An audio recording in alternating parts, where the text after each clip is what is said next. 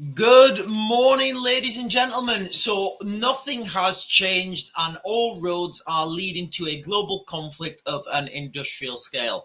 If you understand this, these random events around the world, the drones, the rhetoric, the rebel takeovers, all of this stuff starts to make sense. So today we're going to be talking about the United Kingdom and like some of the insane pledges for 50 million for this rebel group that are still designated a terror group.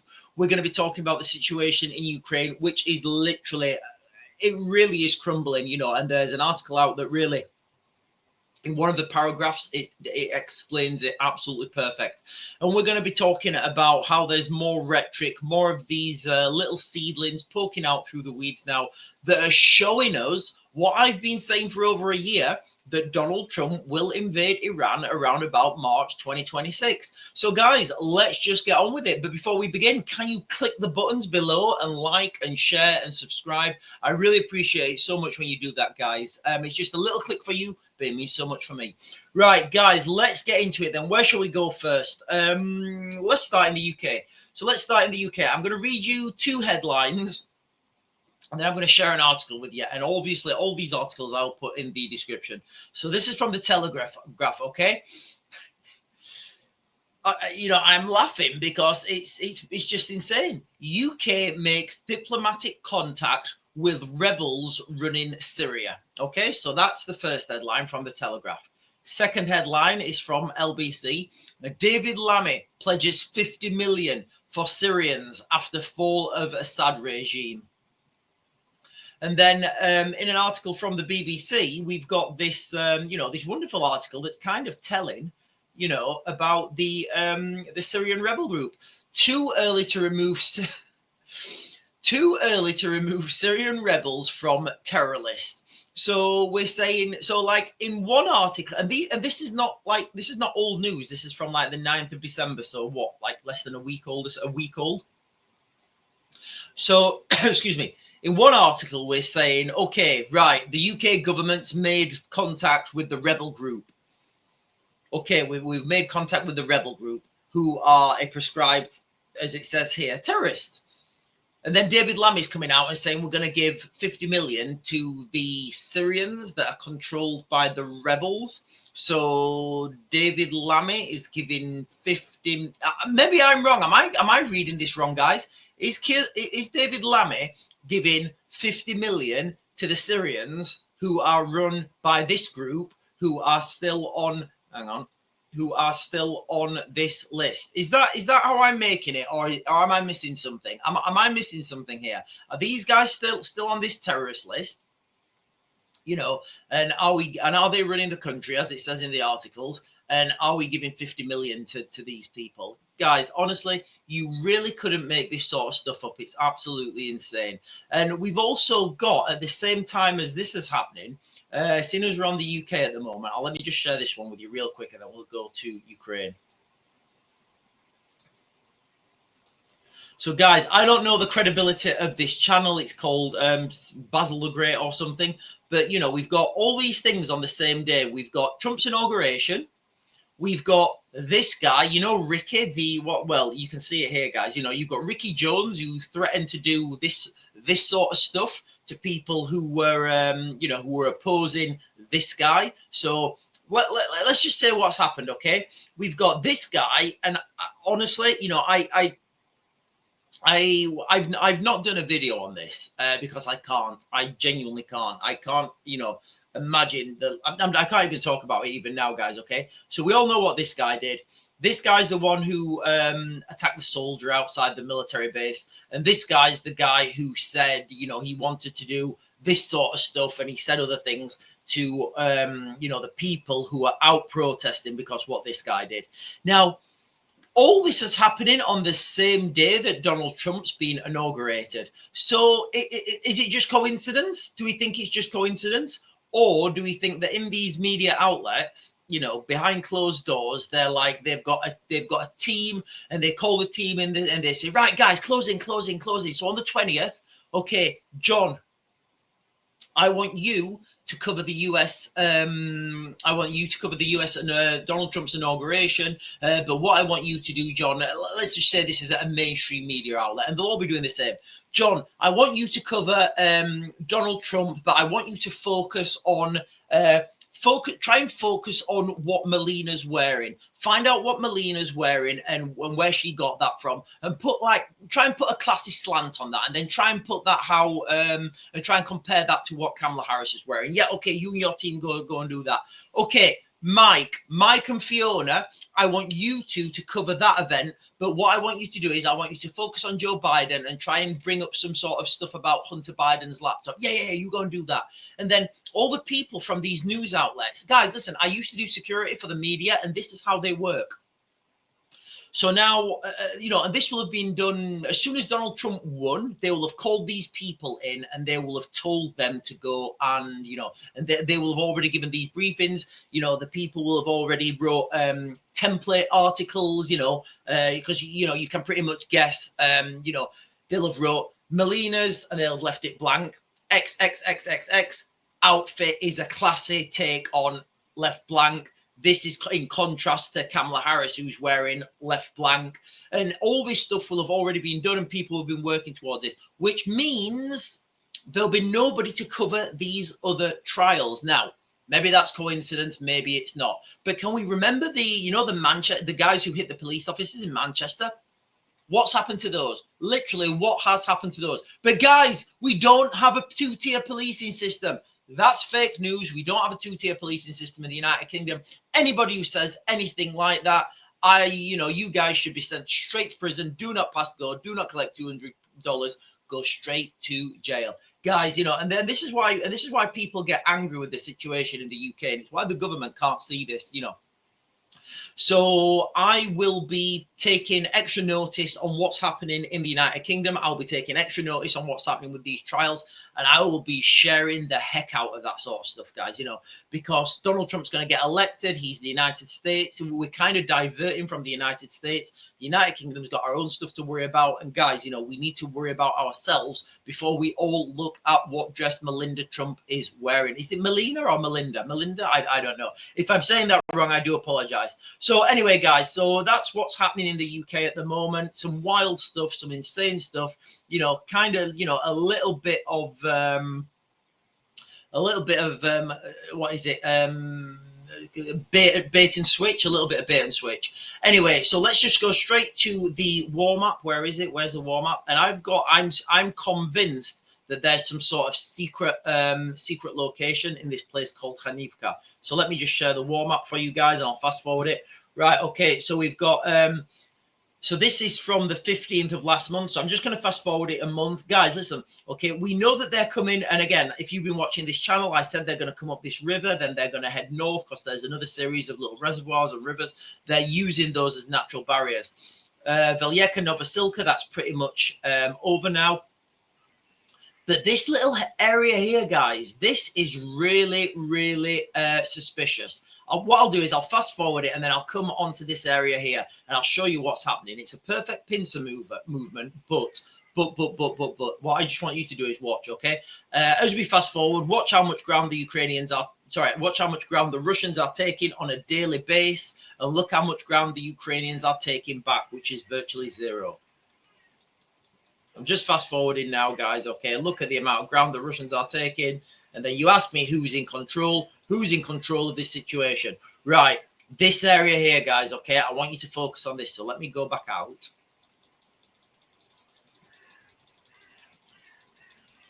Right, so this is a month ago, more or less. Right, let's zoom in. There's a town called Hanivka. This town called Hanivka, I've tried to search and do, I've tried as best I can search in open source materials, and I cannot for the life of me find out what's in Hanivka. Some people are saying there's secret tunnels in there. Some people are saying, I genuinely don't know. But this to me looks like there's heavy resistance from Hanivka, and there doesn't seem to be any media, reporting on this. So normally when you form this pincer movement, like they've done here, a perfect pincer movement, they've come in from the north and they've come from the south. Now they just need to close this pincer up, and this area here will be isolated, and then they can take that at their leisure. But what you would normally do, you would normally leave like a road clear for the guys to evacuate, because what you don't want these guys in Hanivka to be, to be fighting to the last man, because it is an absolute nightmare. You have to go. It's just time consuming. So what they will do normally, they will leave an exit road and say, listen guys, you need to evacuate as quickly as possible or we are coming in. They'll bombard, they'll keep moving closer and closer until people say, right guys, you know what, enough is enough, we're going to evacuate out this road and we're going to be gone. So tell me if you think that's happening. Right. Okay. I'm just going to fast forward to today. All around Hanivka. So what is in Hanivka? I'm sure it'll come out in the future. I'm sure it'll come out at some point. Now look how they've left this road open. They're leaving this exit road open for whoever, whatever secret facility is in Hanivka. So you see, even now they're leaving, Hanivka is pretty much gone, but they're still leaving this road open. They're leaving this, well, I guess there is, that may be a slight typo, but they're leaving this exit road open for the guys in Hanivka to evacuate. That's what I think's happening, but equally, I think, Hanivka's definitely gone. And that's just another part of the ground that's vanished in Ukraine. Can I change the, I wonder if I can change the settings on this to the, no, I can't. I'm just trying to see if I can get like a map view. I know there's nothing. No, I can't. There's nothing there. Right. Okay. So that's kind of the situation on the ground in Ukraine at the moment, guys. It's not going good for these guys. So also in Ukraine now, we've had the first time that the Russians are using the North Koreans en masse. So this is from a statement from Zelensky. We've got this is literally the first time now in the Kursk region, in the Kursk region, that the North Koreans have been used on en masse in a large scale attack. And it didn't go well for the Russians. It didn't go well for the Russians at all. So we've also had reports out, slightly after this, that the North Koreans opened, they started, they got mistaken, they got confused, and they started fighting with the Russians. Never a good thing when your own troops start fighting with you. Again, it's kind of what I said from day one, week one, when I heard. And again, guys, if you've been following this channel, I literally, after about 30 seconds of thinking, right, North Korean troops deployed to Ukraine, straight away after about like a minute thinking about it, 30 seconds a minute, I thought, right, okay, they're going to be no good on the front line, although I did give them their dues. I said, right, they've never been tested, let's test them. I thought, right, these guys will be used. And again, if you can remember me saying that, throw it in the comments. These guys will be used as some sort of drone force to operate drones, to repair drones, refurbish them, because I didn't see the tactical capacity of North Korean troops. They're an isolated nation. They don't have access to modern training, and they don't have any experience in modern combat. So when you've got a force that's got no experience and no training, then it's kind of only going one way. Doesn't matter how much money or systems or kit and equipment you throw at them, they still are no experience and no training.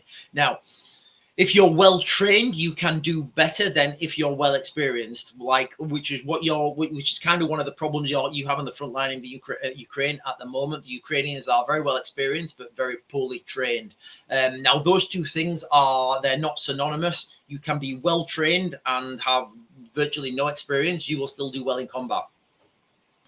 You can have lots of experience doing the wrong things and just scraping by, and then you could do very poorly in combat. But, it's all about perspective. It's all about context as well. So the North Korean troops, I feel, are going to be used. They're going to be pulled back as, I think it's, let me read the article. North Korean troops open fire on Russian unit, Ukraine's military intelligence claims. So this would be called a blue on blue, where friendly forces fire against each other.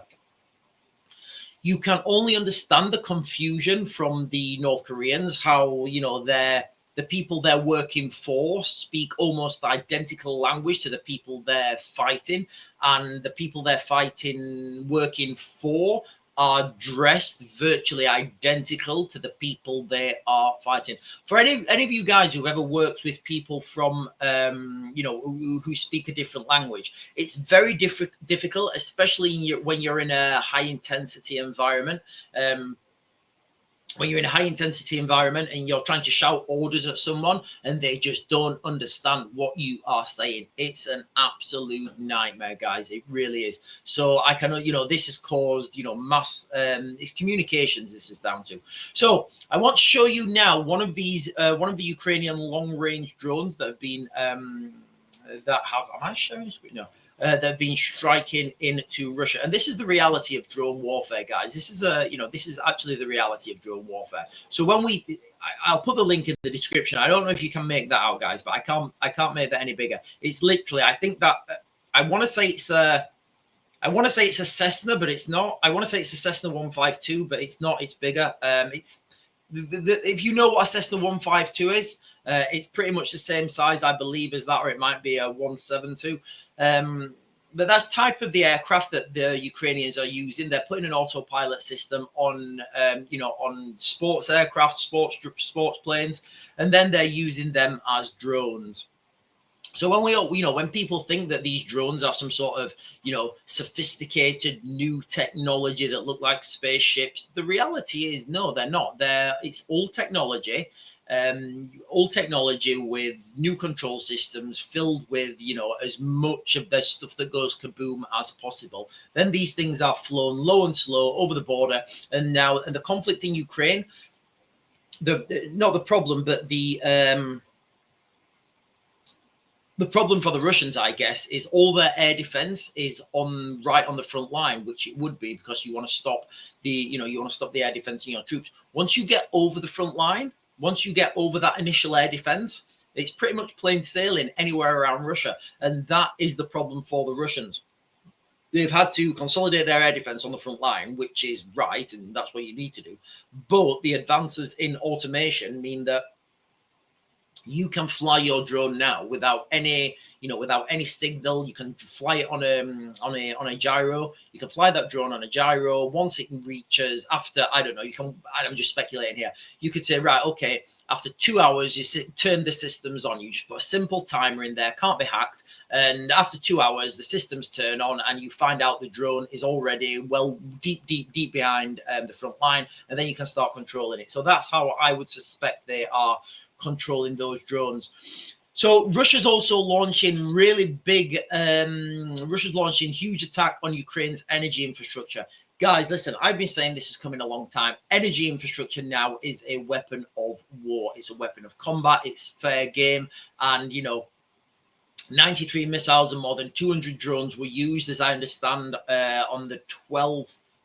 This was the 12th large-scale attack on Ukraine's energy sector. I think this went down. I think they actually went down on the 12th as well. But you can see now that and the reason I'm bringing this to the fore of everybody's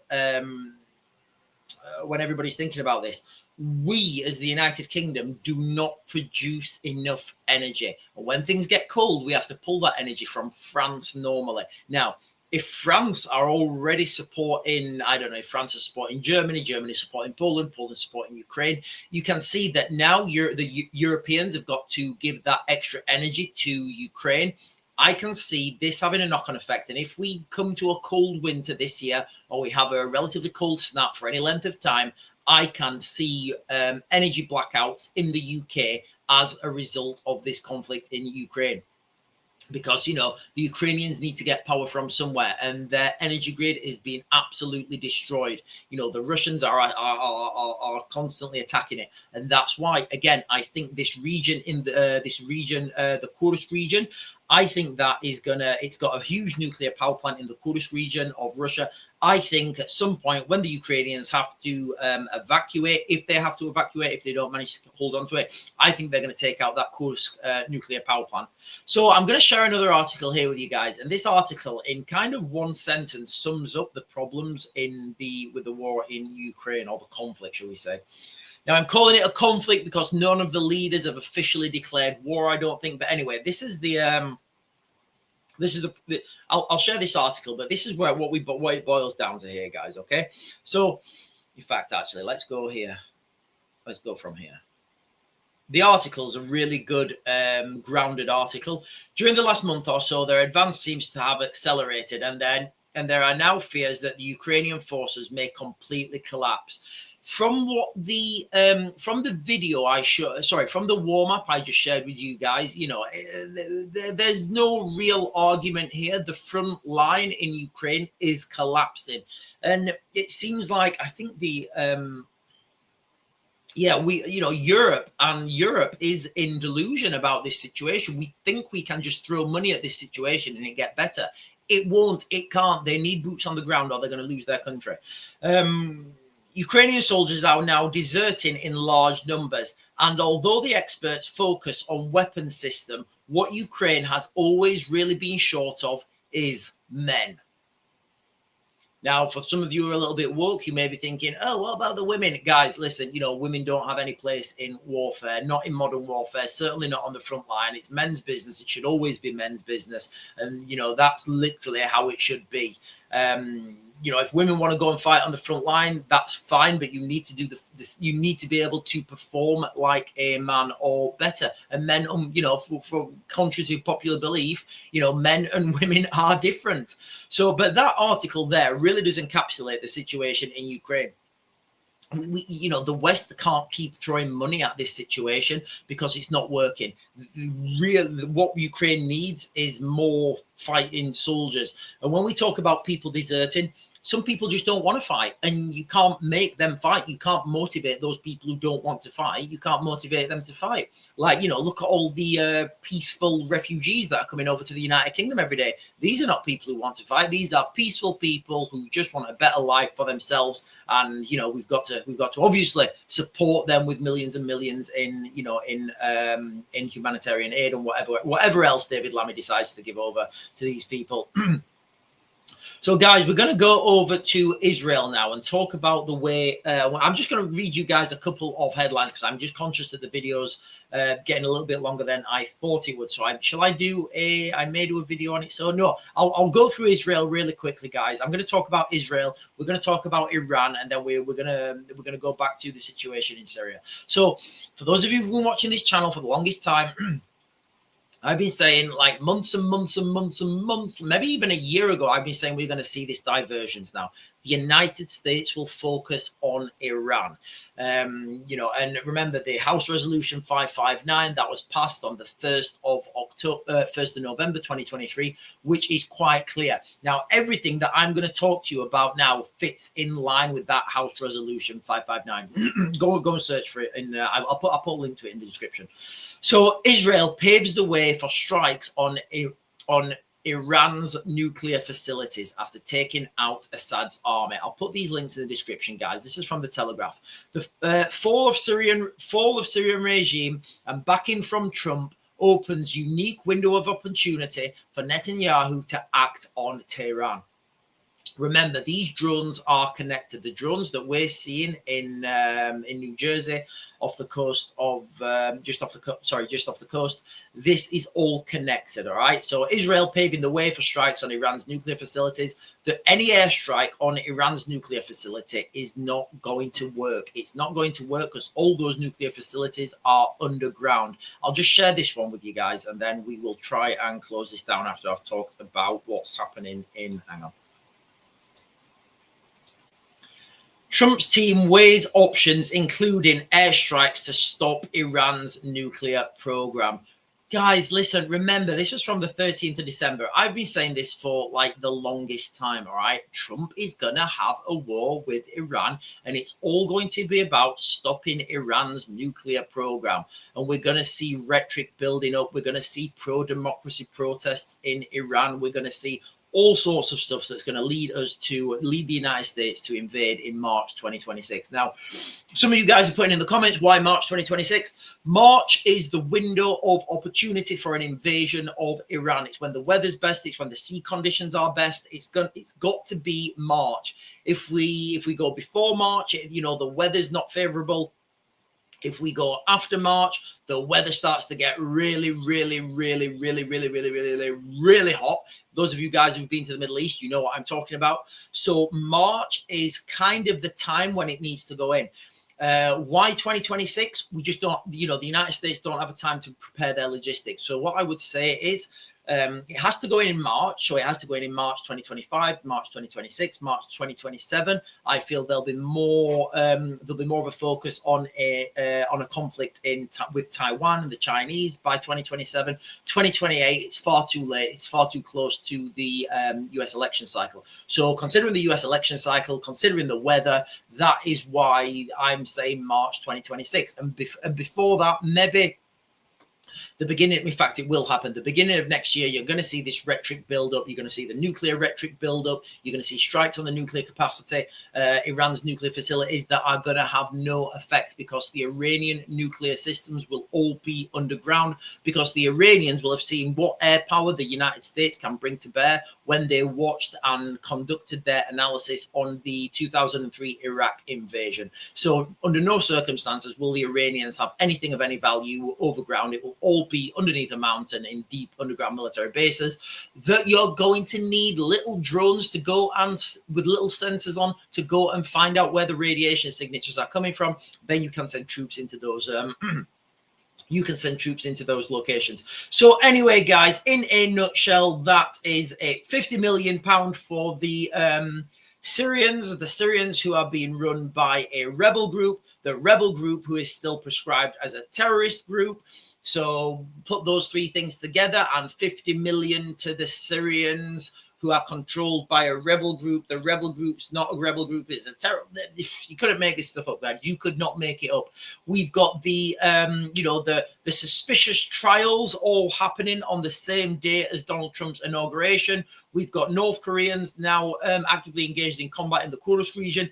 Didn't go well for the Russians. Didn't go well for the North Koreans as well either. I'm sure these guys will be getting a good dressing down. So we've got the front line on Ukraine, which is pretty much collapsed. We've got the potential for a secret battle being fought in Hanivka, and we have got more rhetoric, more of these things building up. Little sprouts in the weeds of this conflict with the United States, with Iran, and it's looking like that's going to go in March 2026. Guys, I've been saying March 2026 for like over a year now, and what we're going to do is more people start to understand what's happening. But remember where you heard it first, guys. Anyway, I'm going to back to grid, guys. I'll get you guys another video later.